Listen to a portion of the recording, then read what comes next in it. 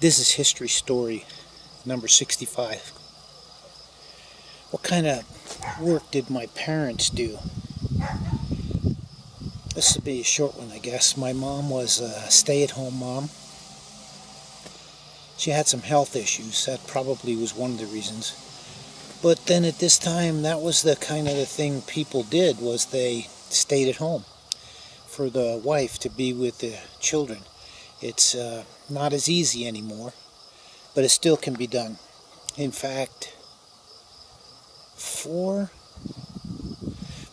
of our 5 moms from my kids and in-laws were stay-at-homes.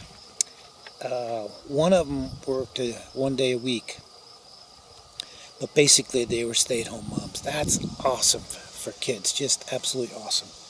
So what did my parents do? My father, his history was construction, and early on, evidently he was a shoe salesman. I remember him telling me about that at one time. I don't know what kind of shoe store he worked in, or whether it was men's or women's, but it was shoes. And he was in the service. He was, I understand he was a CB, which was construction in the Navy, tough jobs. And his early career in construction was he was what's called, it's not a hod carrier, but it was something similar to that, where he worked with pile driving crews, and he had to bring heavy material. I just don't recall what it was, but he was the low man on the totem pole for a long time. Then, of course, he worked his way up, and ultimately he owned his own business. It was called Patberg Foundation. Oddly enough, it was PATT-BERG Foundation.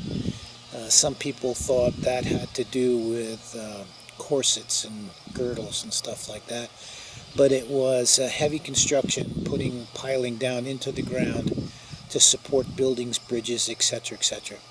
So he did that. I worked for him, and then he ultimately retired from that. That's the only information I know about jobs. There may have been more. It just was never talked about.